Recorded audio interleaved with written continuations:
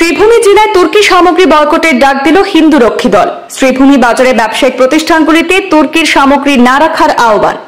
যে জায়গা থেকে মাল লয় তুর্কির মাল লইতো না, যদি লয় তা আগামী দিনে আমরা হিন্দু রক্ষী দল শ্রীভূমির পক্ষ থেকে আমরা পদক্ষেপ নিই। মৌসুম আপনারা খারাপ পাইবা না। আজকে আমরা আপনাদের রিকোয়েস্ট করি যাতে তুর্কির আপেল কইন, মালটা কইন, খেজুর কইন, এগুলা জিনিস আমরা শ্রীভূমি আর আগামী দিনে আমরা তুর্কির মাল পাই, আমরা হিন্দু রক্ষী দল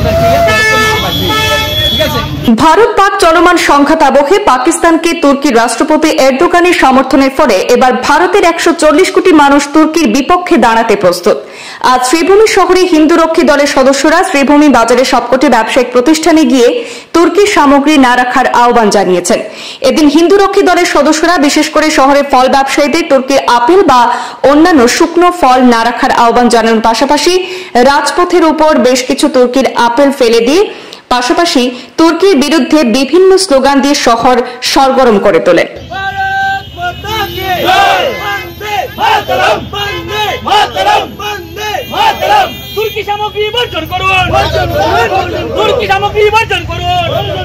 জয় শ্রীরাম, গুরুজি মহারাজ কি জয়।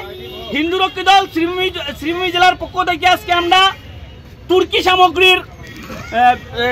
সামগ্রীর বর্জন ডাক দিচ্ছি। আমরা এখানে বিগত দিনে দেখছি পাকিস্তানের লগে যেভাবে আমরা যুদ্ধ চলছিল সময় তুর্কির ড্রোন গুলা ভারতে আইছে, মানে তুর্কি পাকিস্তানকে সাপোর্ট করে।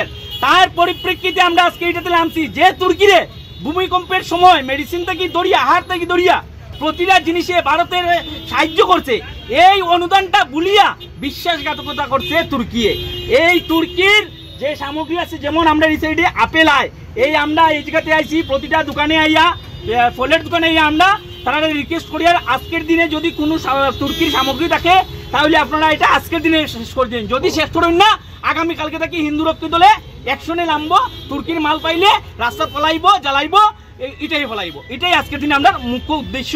আর বৃহত্তর সমাজের আমি কইয়ার, ভারতের নাগরিককে কইয়ার, আপনি নিজের ভারতীয় বলিয়া পরিচয় দেন, একটু তো কিছু করই যাতে তুর্কির সামগ্রী আমরা যাতে কেউ ব্যবহার না করি।